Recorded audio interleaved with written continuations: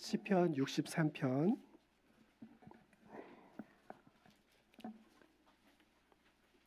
1절부터 끝절까지 시편 63편 1절부터 11절까지 저와 여러분이 합독하시겠습니다. 한 목소리로 합독하시겠습니다. 하나님이여 주는 나의 하나님이시라. 내가 간절히 주를 찾되 물이 없어 마르고 황폐한 땅에서 내 영혼이 주를 갈망하며 내 육체가 주를 앙모하나이다. 내가 주의 권능과 영광을 보기 위하여 이와 같이 성소에서 주를 바라보았나이다.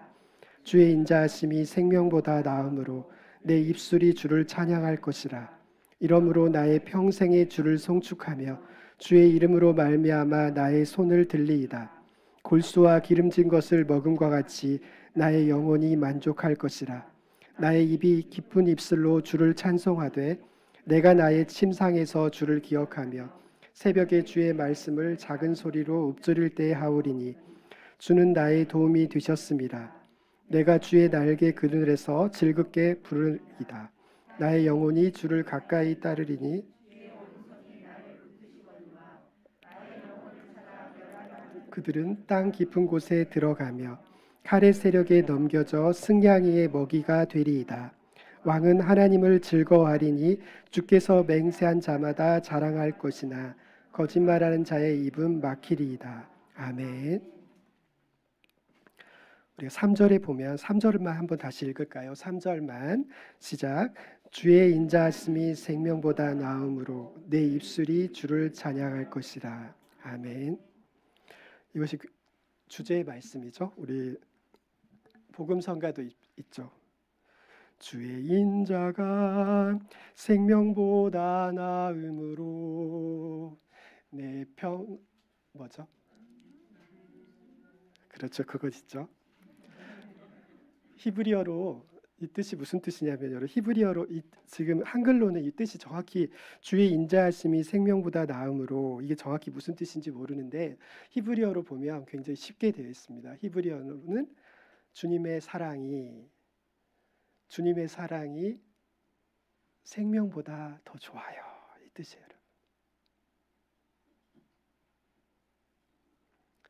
주님의 사랑이 내 생명보다 더 좋아서 주님 나는 내 평생 주님을 찬양할 거예요. 이 뜻이에요. 여러분.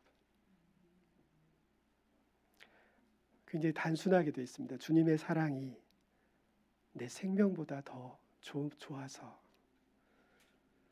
여러분 인간에게는 세 가지 특징이 있다고 그럽니다. 다른 짐승들하고 다른 세 가지 특징이 뭐냐면 배움에 갈망이 있다 그래요. 배우고자 하는 마음이 있다 그래요. 그래서 여러분 평생 배우죠. 어떤 사람은 70, 80이 되어도 붓글씨도 배우고 어떤 사람은 골프도 배우고 어떤 사람은 노래도 배우고 트로트도 배우고 이게 평생에 뭔가를 배우려는 마음은 다른 짐승들에게는 없는 거죠. 짐승은 배만 채우면 돼요. 배만 채우고 자기 새끼들만 보호하면 돼요. 근데 인간만이 어떤 것을 끊임없이 배우려고 하는 거죠. 그것이 신의 속성이라 그래요. 하나님을 배우기를 원하고 무언가를 알지 못하는 것을 배우려고 하는 것. 그것이 하나님의 형상을 닮은 인간의 속성, 신의 속성이라고 합니다. 두 번째로는 영원에 대한 갈망이 있다는 거예요. 우리 저는 고등학교 1, 2학년 때 향수병에 걸린 적이 있어요. 제가 5남매 중에 막내라서 저도 중학교 때까지 엄마 젖만 지고 잤어요. 중학교 1학년 때까지 엄마 젖만 지고 잤어요. 그러다 이제 제가 시골에서 고등학교 때 전주로 이제 나왔죠. 그러니까 하숙하니까 이 향수병 때문에 굉장히 고생했어요. 2년 동안 제가 고생했어요. 쉬는 시간마다 저희 고등학교에서 보면 그 모악산이 보입니다. 그 모악산이 전주와 김제의 그 사이에 있어요. 근데 저희 학교는 전주에서 그 모악산 옆에 있었어요. 그럼 저 모악산을 쉬는 시간마다 모악산 쳐다보면서 뭐라고 하냐면 저 산이 우리 집에서 보이는데, 저 산이 우리 집에서 보이는데 한 2년 동안 고생을 했어. 그걸 뭐라고 하냐면 향수병이라고 하죠. 이 향수병은 원어로는 무슨 뜻이냐면 돌아가기를 원하는 거예요. 이 노스텔지아라는 이 원어의 뜻은 무슨 뜻이냐면 되돌아가기를 원한다. 뒤돌아가기를 원한다. 내 부모, 내 엄마 아빠가 있는 그곳, 내가 어릴 적 자라서 내 형들, 내 누나랑 함께 살았던 그곳으로 돌아가기를 원합니다. 이것이 여러분 신의 속성이죠. 그러나 이 깊은 노스텔지아의 깊은 속에는 뭐가 있냐면 우리 인간이 돌아가야 할 그곳, 내 본향집, 내 아버지 집에 가기를 원하는 거예요. 이것은 예수 믿으나 믿지 않으나, 교회를 다니나 다니지 않으나 인간은 누구나 이 속성을 가지고 있는 거예요. 왜냐하면 우리는 흙으로부터 와서 흙으로 돌아가는 존재가 아니고 우리는 하나님의 영을 받아서 인간이란 존재로 태어났기 때문에 끊임없이 돌아갈 욕구를 가지고 있는 거예요. 내가 온 그곳으로, 우리가 또 온 무덤 속으로 가기를 원하는 게 아니에요. 여러분, 흙으로 가기를 원하는 자는 아무도 없어요. 우리의 영이 온 곳, 우리의 영이 태어난 그곳, 우리를 보내신 그곳으로, 내 아버지 계신 그 본향집으로 돌아가고자 하는 노스텔지아. 노스텔지아라는 뜻은 돌아간다는 뜻이에요. 돌아가고자 하는 그것이 있다는 거예요. 세 번째로 인간만이 가지고 있는 신의 속성은 아름다움을 보고 좋아하는 거예요. 여러분, 아름다운 그림을 보면 어떻습니까? 좋죠. 그럼 제가 이래봐도 미술을 공부한 사람이에요. 미술을. 제 전공은 경영학과고 저는 대학교 때 미술을 공부했습니다. 그래서 그림을 굉장히 좋아합니다. 수준이 조금 높죠, 여러분? 여러분의 담임 목사가 그래도 생긴 것보다는 수준이 높습니다. 그래서 그림을 보면 좋아하죠. 그리고 여러분, 좋은 음악을 들으면 어때요? 좋아요. 우리는 아름다움을 보고 좋아하는 거예요. 좋은 경치를 보고 좋아하는 거예요. 이것은 돼지, 짐승, 개들에게는 없는 거예요. 이것이 말하는 뭐냐면 신의 속성이라는, 인간만이 아름다운 것을 보고 좋아할 줄 아는 거예요. 근데 오늘 바로 3절이 그 뜻입니다.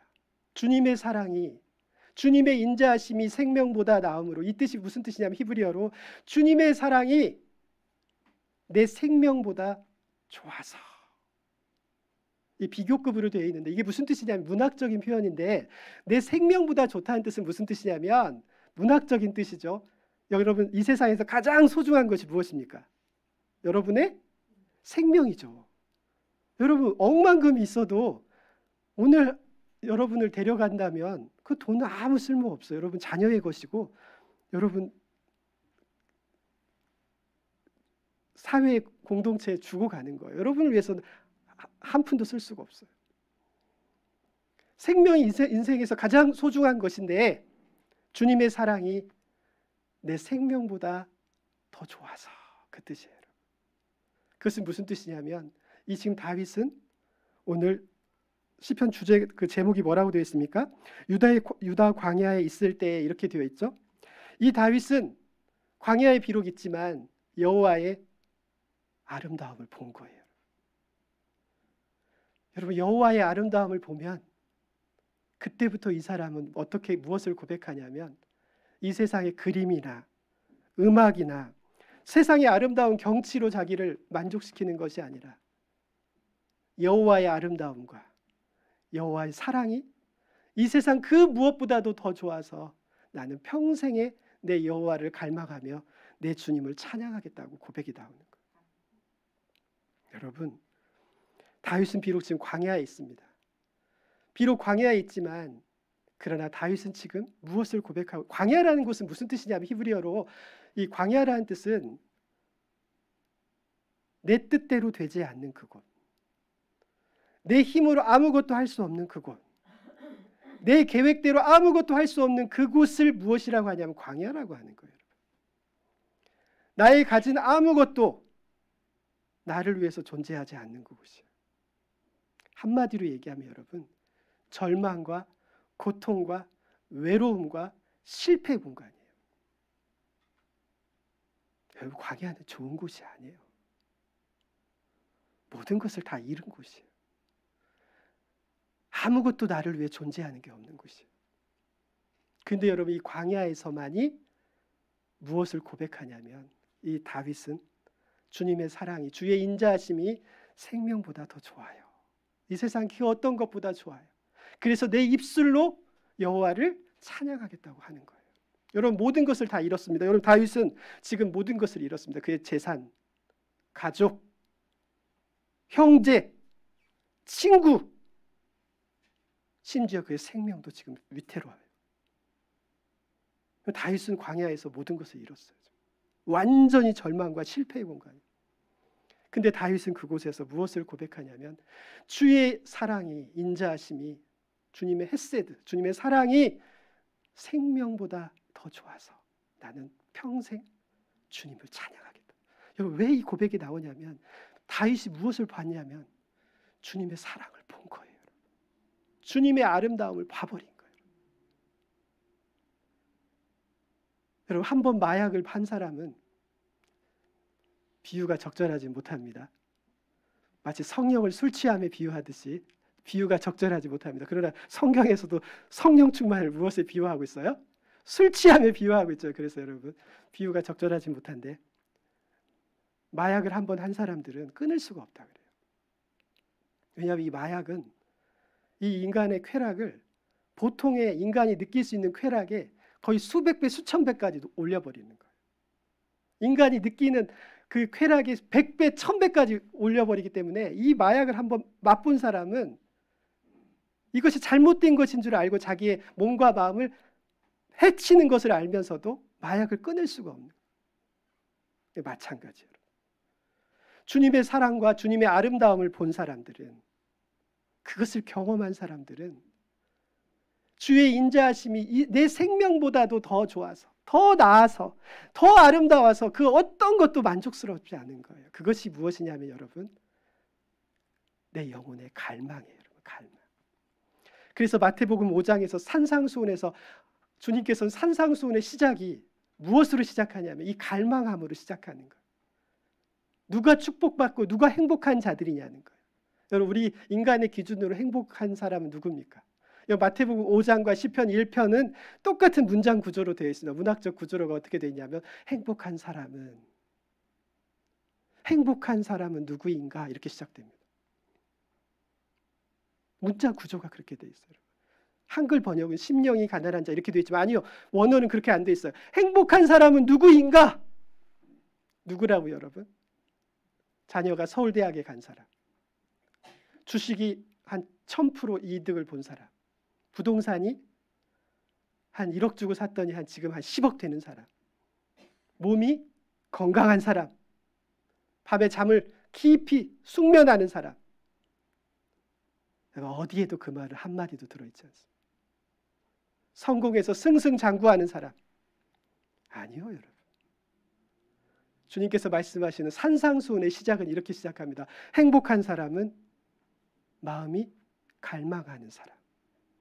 심령이 가난하다는 뜻은 무슨 뜻이냐면, 우리의 심령이 무언가를 끊임없이 갈망한다는 거예요. 여러분, 왜 갈망합니까? 이 세상의 것으로는 내 마음을 채울 수 없기 때문에. 이것을 왜 채울 수가 없느냐? 이 사람은 여호와의 아름다움을 봐버린 거예요. 하나님의 아름다움을 봐버린 거예요. 여러분, 하나님의 그 놀라우신 사랑을 경험해버린 거예요. 여러분, 그때부터는 이 사람은 끊임없이 갈망으로 그의 마음을 채울 수가 없어요. 하나님 외에는 그의 자신을 채울 수가 없는 거예요. 그러나 그것이 광야다 할지라도, 그것이 내 힘과 내 뜻대로 아무것도 할 수 없는 광야다 할지라도, 그곳에서 하나님의 아름다움을 바라보고 하나님과 동행하는 자는 그곳에서도 주의 인자하심이 생명보다 나음으로 내 입술로 주님을 찬양하는 거죠. 여러분, 광야라는 곳과 그래서 광야라는 곳에 서면 광야는 실패 현장이에요. 광야는 절망과 외로움의 순간이에요. 여러분 그 광야의 절망과 실패와 외로움의 자리에 서는 그때에 무엇이 들린다고요, 여러분? 주의 말씀이 들리는. 그래서 여러분 광야와 말씀은 히브리어로 같은 말이에요. 이 광야와 말씀은 히브리어로 같아요. 여러분. 우리가 광야에 설 때만이 여호와의 말씀을 들을 수가 있어요. 여러분 하나님이 여러분들을 미워서 광야로 부르시는 것이 아니에요. 여러분. 여러분들이 자녀를 사랑한다면 여러분들의 자녀를 어디로 내밀으셔야 하냐면 광야 현장으로 밀어 넣으셔야 돼요. 여러분들의 자녀들이 광야 현장으로 밀어 넣으시지 않으면 여러분들의 자녀는 살아나지 않습니다. 주님께서 아브라함을 본토 친척 아비 집을 떠나라고 합니다.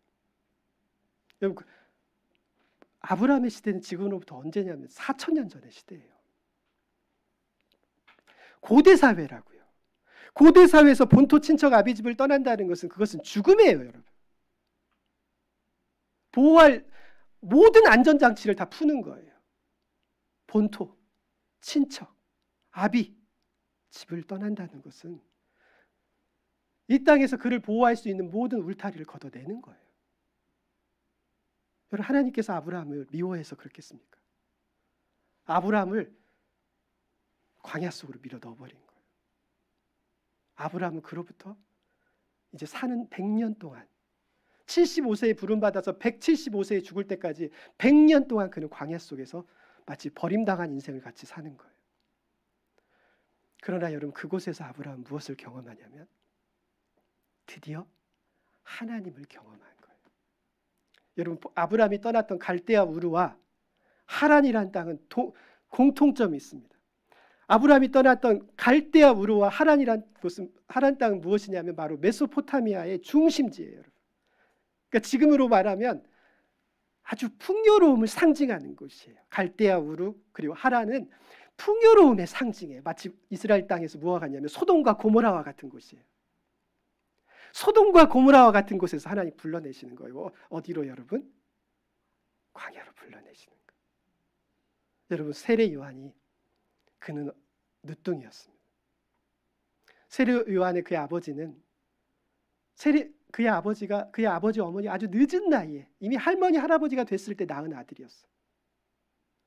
그런데 여러분 세례 요한이 어디로 보내지죠? 광야로 보내집니다. 그는 어린 나이에 부모를 잃고 세례 요한은 광야로 내던져집니다. 어린 나이에 부모를 잃어요. 여러분. 그가 자라는 곳은 어디였냐면 광야였어요. 왜요 여러분? 광야에서만이 주님의 음성을 들을 수가 있어요. 우리가 잘 알고 있듯이 한나도 그의 늦은 나이에 사무엘을 얻습니다. 그러나 여러분 사무엘이 자란 곳은 그의 엄마의 품속이 아니었어요. 그는 젖을 떼자마자 그는 광야로 내동댕이 쳐지는 거예요. 여러분 한나가 사무엘을 사랑하지 않아서가 아니에요. 하나님이 사무엘을 사랑하지 않아서 그를 고아처럼 버리신 게 아니에요. 우리가 고아가 될 때, 진정 고아처럼 자랄 때 그때서야 우리 주의 음성을 들을 수 있기 때문에 그래요. 여러분 그때서만이 우리의 영혼이 살아나는 거예요.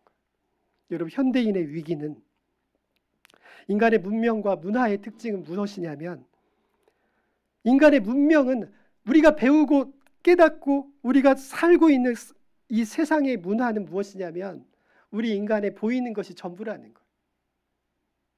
그러나 여러분 우리에겐 보이지 않는 것이 있어요. 그것이 무엇이냐면 우리의 영혼이에요. 그러나 여러분 인간들은 세상 속에서 무엇을 가리키고 무엇을 잘한다고 하냐면 공부 좀 잘하면 그 아이가 잘한 성공한 엘리트처럼 그 아이가 괜찮은 사람이라고 생각해요. 아니요 여러분. 우리에게는요 먹고 마시고 수학 문제 더 잘 풀고 영어 단어 하나 더 외우고 기업에서 생산성 좀 높이는 그것이 여러분 그 사람의 경쟁력과 능력이 아니에요 여러분. 성령의 능력은 무엇이냐면 그것이 아니에요. 여러분 우리에게는 후각과 미각과 촉각과 시각만 있는 것이 아니에요. 우리에겐 진정으로 보이지 않는 내 자아가 있어요. 그것을 뭐라고 하냐면 영혼이라고 하는. 우리 어렸을 때 제가 저희 어머니에게 들었던 말인데, 저희 어머니가 어릴 적, 저희 어머니가 이제 1940년생이니까 뭐 아주 오래전 일이죠. 어렸을 적 시골 친구들하고 고무줄치기를 하고 있는데 어느 집에서 이따만한 불이 그 집에서 쑥 나오더니 하늘을 향해서 쑥 나가더랍니다. 근데 그것을 저희 어머니만 봤으면 헛것을 봤다고 칠 수 있는데 거기서 고무줄치기 하는 그 친구들이 다 같이 봤대요. 그리고 나서 그 집에서 무슨 일이 일어났는지 여러분 짐작하시죠? 사람이 초상이 났다 그래요.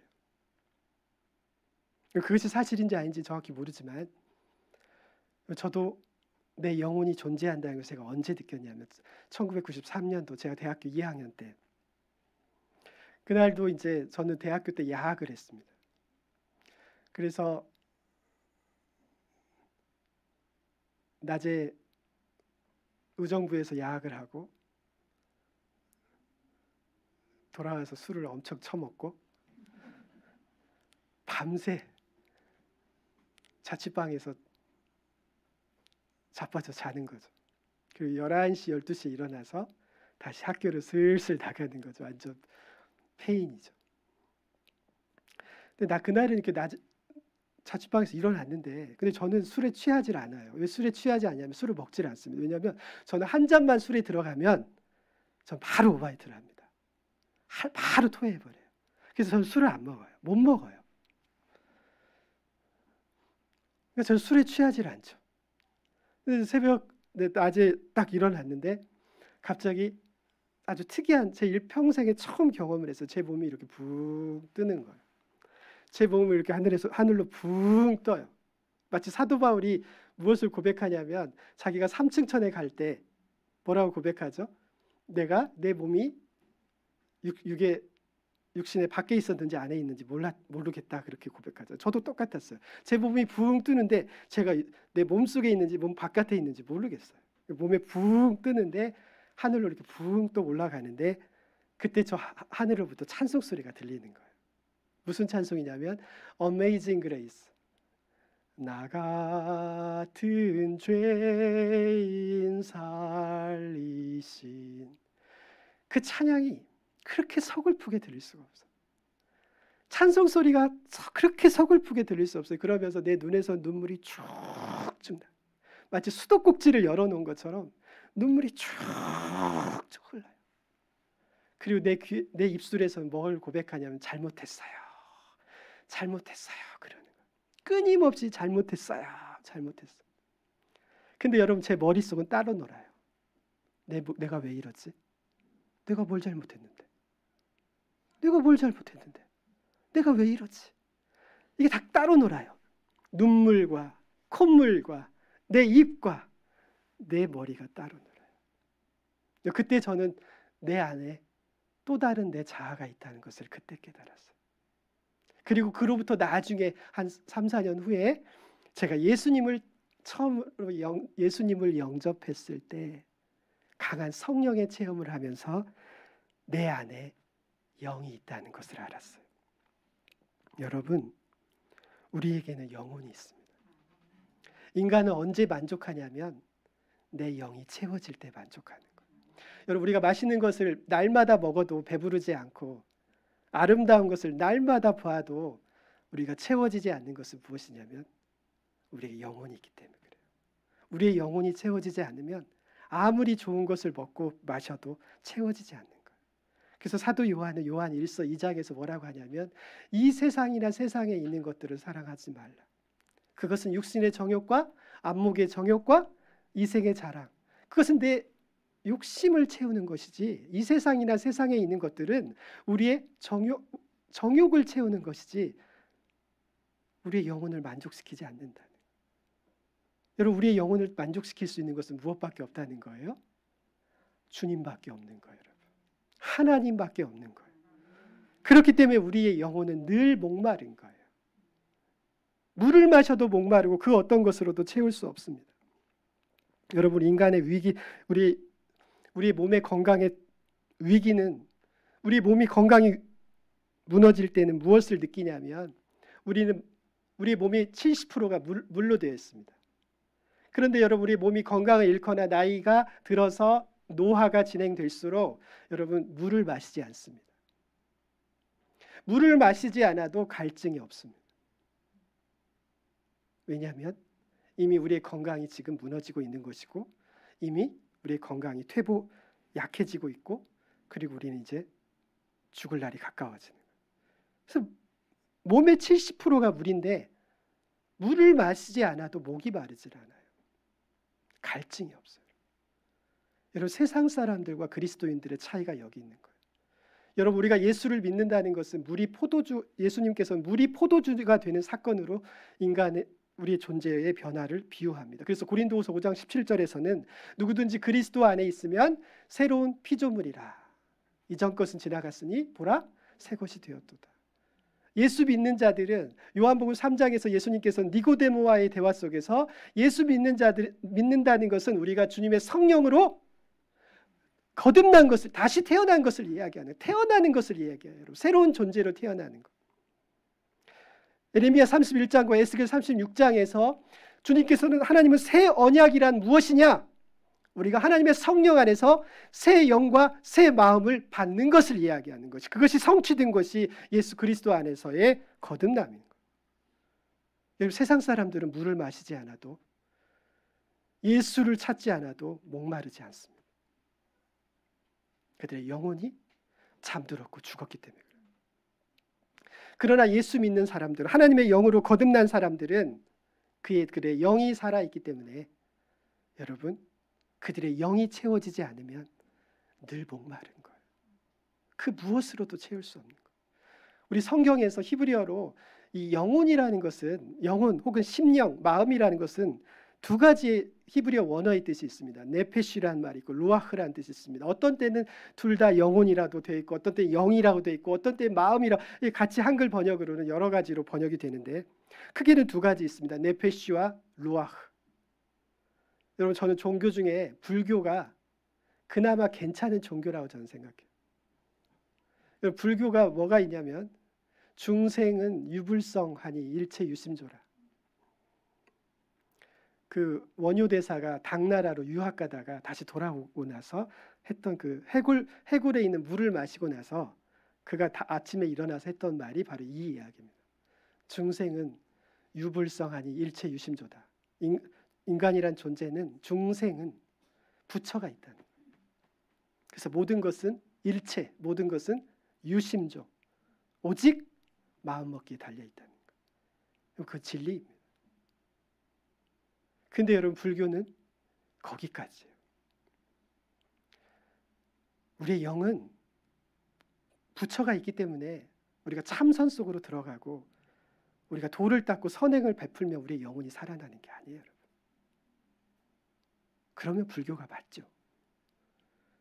그러나 여러분, 기독교 신앙은 무엇이냐면 우리의 영은 하나님을 만날 때, 하나님을 경험할 때, 하나님의 영을 우리에게 부어주실 때 우리의 영이 살아나는 거예요. 여러분, 에스겔 37장에서 에스겔은 하나님의 이 말씀을 듣습니다. 인자야, 저 마른 뼈들을 향하여 여호와 말씀을 대언하라는 거예요. 그걸 선포하라는 거예요. 여러분, 여호와의 말씀을 들을 때, 선포할 때 마른 뼈들이 살아납니다. 여러분, 우리 몸에, 우리 마음속에 중생의 부처가 있기 때문에 우리가 살아나는 게 아니에요. 도를 닦고 선행을 베풀면 우리 영혼이 살아나는 게 아니에요, 여러분. 우리의 영혼은, 네페시는 루아흐, 하나님의 성령을 받을 때, 하나님의 성령의 임재를 경험할 때 우리의 영혼은 살아나는 거예요. 여러분, 처녀들이, 10명의 처녀들이 신랑이 올 때까지 10명의 처녀들이 기다립니다. 그들은 등불을 가지고 기다리고 있다. 그러나 5명은 기름을 준비했고 5명은 기름을 준비하지 못합니다. 이것이 무엇인 뜻입니까? 여러분, 성경에서 등불은 무엇이라고 하냐면 우리의 영혼을 여호와의 등불이라고 얘기합니다. 우리의 등불이 성경에서 우리의 등불을 여호와의 등불, 우리의 영을 이야기할 때 여호와의 등불을 얘기할 때 이 등불의 개념으로 설명합니다. 잠언에 보면 우리의 영혼은 여호와의 등불이라는 거예요. 그런데 여러분, 우리에게 영혼이 있다라고 해서 그것이 활활 타오를 수 있는 게 아니에요. 늘 깨어 있을 수 있는 것이 아니에요. 그런 불교가 많죠. 우리 중생은 부처가 영혼이 있기 때문에 모든 것은 마음 먹게 다. 그럼 그거 맞죠? 아니요, 그것이 아니에요. 그런데 우리의 영혼의 등불은 무엇이 있어야 깨어 있을 수 있습니까? 등불을 꺼지지 않을 수 있습니까? 기름이 있어야 하는 거예요, 여러분. 성령의 기름, 루아흐의 임재 없이는 우리의 영혼이 깨어나지 않아요. 여러분, 하나님은 우리의 영혼을 깨우시는 분이에요. 잠자던 우리의 영혼을 깨우시는 거예요. 여러분, 그리스도께서 인간의 몸으로 이 땅에 오신 것은 무엇이냐면 마른 뼈와 같은 우리들. 여러분, 에스겔 37장의 고백은 거기서 말한 인자는 예수 그리스도를 상징하는 거예요. 그래서 주님은 자신을 이 땅에 오셔서 자신을 뭐라고 소개하죠? 인자라고 하는 거예요, 여러분. 하나님의 자녀라고 자기를 소개합니다. 인자는. 그래서 에스겔 36장, 37장에 성취로 오신 자신을 소개하고 있는 거예요. 인자는 무엇을 하시는 분이냐? 이 땅에 오신 그리스도는 잠자는 우리의 영혼을 깨우시는 분이에요. 우리의 영혼을 깨우시는 거예요. 우리의 영혼을 살리시는 거예요. 무엇을 통해서 여러분? 첫 번째는 물이 포도주가 되는 사건. 예수 그리스도를 영접하는 자들은 누구든지 그리스도 안에 있으면 새로운 피조물이라는 거예요. 예수 그리스도를 영접하는 순간 우리가 새로운 창조가 일어나는 거예요, 여러분. 창조는 창세기 1장에서 창조가 아니에요, 여러분. 진짜 창조는 뭐냐면 예수 그리스도 안에서 우리가 새롭게 거듭나는 것이 새로운 창조예요. 우리가 그리스도 안에서 새로운 피조물이 된 거예요. 이것이 여러분 물이 포도주가 되는 사건이에요, 여러분. 드디어 우리의 영이 새 영과 새 마음과 성령 안에서 깨어나서 드디어 우리가 예배자가 되는 거예요. 그래서 요한복음 4장에서 주님께서 사마리아 여인에게 진짜 예배는 무엇이라는 거예요, 여러분? 여러분, 사마리아 여인이 주님께 따집니다. 사마리아 여인이 주님을 따져요. 뭐라고 따지죠? 진짜 예배가 뭐냐는 거예요. 그 당시 성전이 2개 있었습니다. 남쪽에 예루살렘 성전, 북쪽에 그리심 성전이 있어요. 그리심사 안에 성전이 있었어요. 이게 유다와 사마리아의 서로 갈등이죠. 남과 북. 지금 우리하고 똑같죠. 우리도 지금 남과 북이 이데올로기 대립을 하고 있잖아요. 예수님 시대도 똑같았어요, 여러분. 남과 북이 철저하게 나뉘어져 있었어요. 유대인들과 사마리아 사람들. 사마리아 사람들은 그리심 성전이 진짜 성전이고, 유대인들은 예루살렘 성전이 진짜 성전이라는 거예요. 왜냐하면 그것이 다윗 솔로몬의 성전이었고 스룹바벨의 성전이었기 때문에 이게 진짜 성전이라는 거예요. 여러분, 그런데 주님은 유대인이었잖아요. 그럼 주님이 그 질문을 받고 뭐라고 답변하셨을까요? 예루살렘이 진짜 성전이다, 이렇게 대답했어야죠. 왜? 주님도 유대인이잖아요. 근데 여러분, 요한복음 4장 잘 알고 계시죠? 이것도 아니고 저것도 아니라 예루살렘 성전이 진짜 성전 아니라는 거예요, 여러분. 그리심 성전이 진짜 성전 아니라는 거예요. 그것은 모형에 불과한 거예요. 여러분, 모형이라는 것은 진짜가 나타날 때까지만 그 역할을 하는 거예요. 여러분, 진짜가 나타났다는 거예요. 여러분, 진짜 예배가 나타났다는, 진짜 성전이 나타났다. 그래서 고린도전서 3장 16절은 진짜 성전에 대해서 이야기합니다. 그것은 사람의 손으로 지은 성전이 아니라 너희가 하나님의 성전인 것과 하나님의 성령이 너희 안에 계시는 것을 알지 못하는. 여러분, 진짜 여러분이 성전이 됐다는 거예요. 여러분, 그렇기 때문에 주님은 우리의 영혼을 깨우실 뿐만 아니라 우리를 성전으로 삼으셔서 우리를 참 예배자로 드디어 세우시길 원하시는 거예요. 그래서 사마리아 여인에게 찾아가셔서 참 예배에 대해서 가르쳐 주시는 거예요. 여러분, 예배는 우리의 영과 진리의 말씀으로 드리는 예배가 진짜 예배입니다. 여러분, 지금 교회의 위기는 무엇이냐면 설교가 넘쳐납니다. 유튜브만 열면은요, 설교의 홍수 속에서 살고 있습니다. 여러분, 문 밖에 나가면 교회가 건물 한 건너 건물 사이에, 건물 넘어서 뭐가 있죠? 교회가 있어요. 건물, 여기 흥국체육관 건너편에 진짜 거의 모든 건물에 다 교회가 있는 것 같아요. 여러분, 교회의 위기는 무엇이냐? 교회가 없어서 교회의 위기가 아니에요. 설교가 없어서 교회의 위기가 아니에요.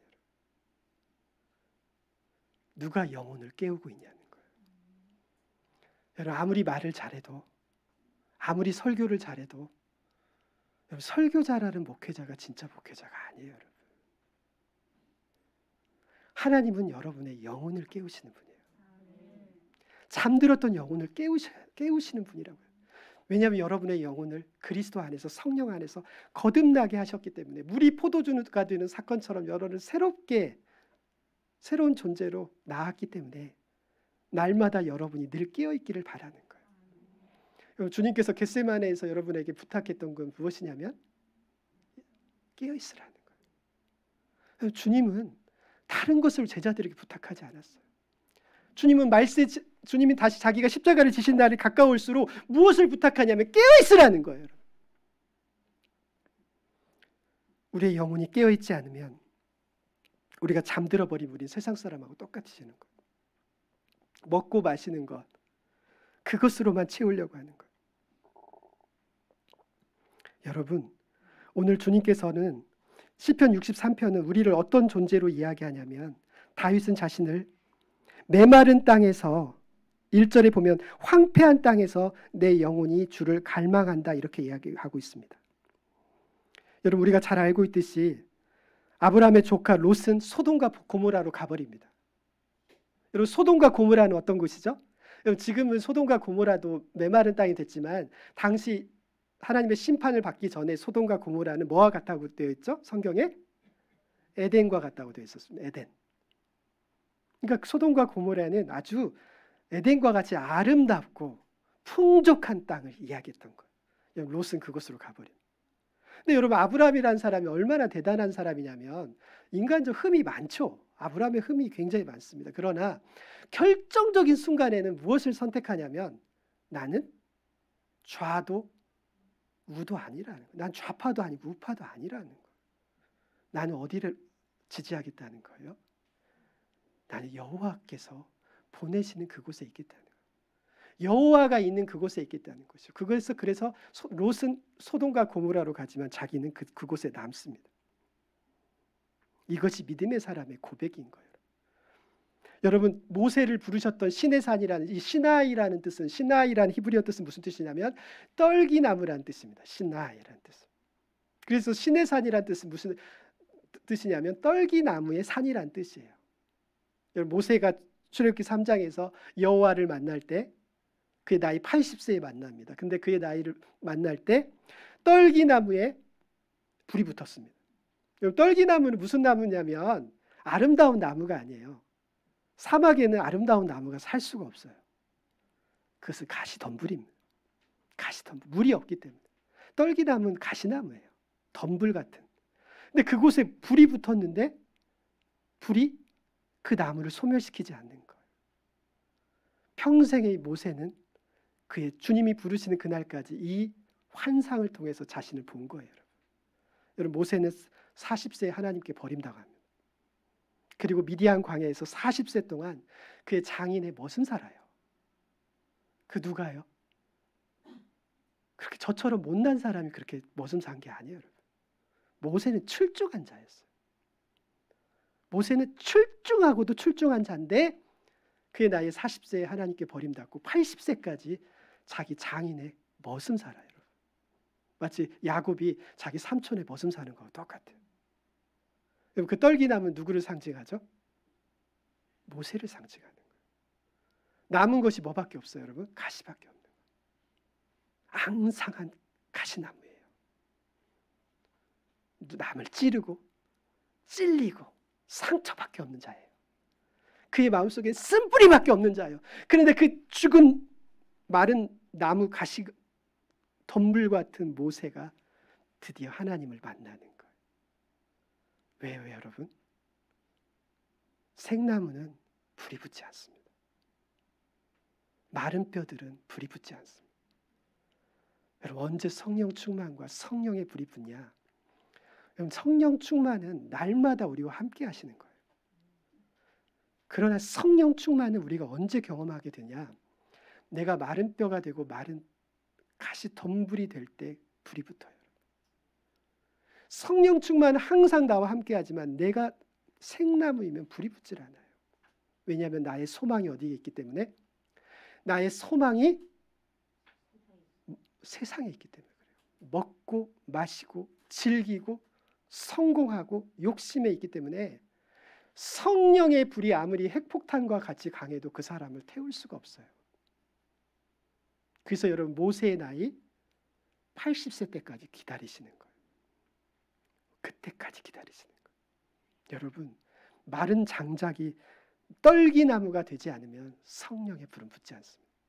그러나 그 성령의 불은 한번 붙으면 우리를 소멸시키시는 불이 아니에요.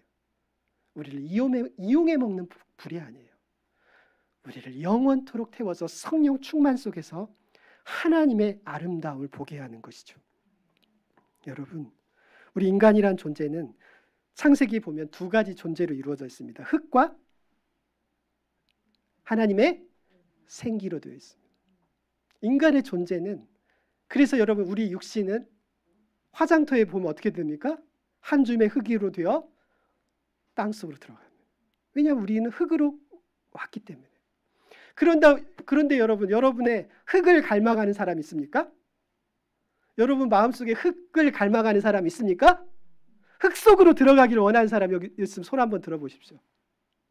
우리의 영혼은 우리는 흙에서 왔는데 흙으로 돌아가기를 소망하는 사람 한 명도 없어요. 왜냐하면 우리의 생명은 어디에 있기 때문에? 하나님의 영역에 있기 때문에 그래요. 그래서 로마서 8장은 사도 바울은 우리 구원받은 자들을 로마서 8장에서 뭐라고 얘기하냐면, 하나님의 영이 너희 안에 거하시면 너희가 육에 있지 않고 영에 있나니 그리스도께서 너희 안에 계시지 아니하면 너희는 그리스도의 사람이 아니라, 그리스도께서 너희 안에 계시면 몸은 죄로 말미암아 죽은 것이나 영은 의로 말미암아 살아있는 것이니라. 하나님의 영이 너희 안에 거하시면 너희는 육에 있지 않고 영에 있다는 거예요. 여러분, 그리스도인들은 하나님께 속한 자들이에요. 하나님의 속한 자라는 것은 우리의 존재는 육에 있지 않고 영에 있는 거예요. 그렇기 때문에 우리는 어디로 돌아가기를 원하는 거예요? 우리는 하나님께로 돌아가기를 원하는 거예요. 여러분, 이것을 모르고 사는 자들은 평생 흙을 파다가 흙 속에서 어디 돈이나 없나 찾고 사는 거예요. 그러나 여러분, 천국을 발견한 자들은, 하나님의 아름다움을 본 자들은 자기의 모든 것을 팔아서 무엇을 삽니까? 그 보화가 숨겨진 그 밭을 사서 모든 것을 포기하고 그 밭을 사는 거예요. 왜냐하면 그는 여호와의 아름다움을 봐버렸기 때문에. 여러분, 여호와의 아름다움을 본 자가, 여러분, 아브라함 같은 자는 그 모든 것을 포기하는 거죠. 여러분, 현대인들의 위기는, 우리 현대인들의 교육, 문화, 문명과 모든 것은 눈에 보이는 것이 전부인 줄 알아요. 여러분, 그게 전부가 아니에요. 여러분, 인터넷 10시간 하고 게임 10시간 하면 여러분들 마음이 조금이라도, 여러분 마음이 채워지면 게임 20시간 하십시오. 게임 끝나면 뭐가 오죠? 공허함이 오는 거예요. 여러분, 비싼 밥 먹으면 좋습니까? 한 5분 좋습니다. 5분 먹으면 에이씨, 10만 원짜리 밥이나 라면 한 그릇이나 똑같네요. 그것은 그것으로 채워지는 게 아닌 거예요. 우리는 하나님으로만 채워질 수 있는데, 끊임없이 세상은 눈에 보이는 것이 전부라고 생각하는 거예요. 눈에 보이는 것이. 그러나 여러분, 오늘 시편 63편은 다윗은 지금 광야에서 드디어 무엇을 발견했냐면 자신의 영혼의 존재를 발견한 거예요. 그래서 지금 다윗은 이 광야에서, 이 메마른 땅에서 하나님을 향한 갈망과 찬송으로 가득 차 있습니다. 왜냐하면 그는 여호와의 아름다움을 경험했기 때문에 그렇습니다. 여러분, 우리를 광야로 하나님께서 내모시는 것은 무엇이냐면 우리 안에 영혼이 살아있는 것을, 우리의 존재를 깨닫게 하는 거예요. 여러분, 영혼의 음성을 듣지 못하면 여러분, 우리는 끊임없이 실패와 절망 속으로 들어가는 거예요. 여러분, 작곡가들도, 여러분, 세상 사람들도 이 영혼을 경험하게 되는데, 작곡가들이 이 유명한 작곡을 할 때 보통 한 곡을 작곡하는데 시간이 얼마나 걸리는지 아십니까?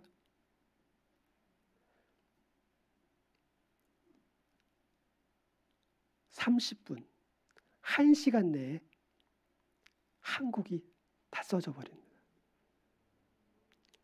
하룻밤 사이에 3개의 곡을 써버려요. 왜요? 그들에게 무엇이 주어졌기 때문에? 영감이 주어졌기 때문에 그래요.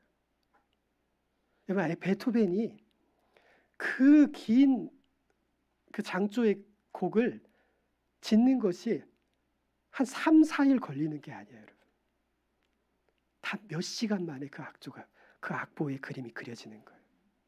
인간의 영감이 주어졌어요.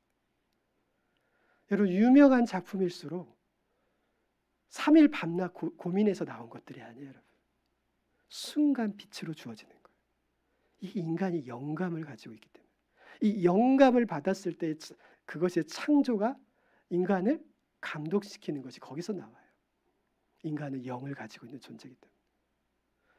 사도 바울은 우리에게 이것을 부탁합니다. 너희가 성령 안에 있으면 성령으로 살아라, 이렇게 되어 있습니다.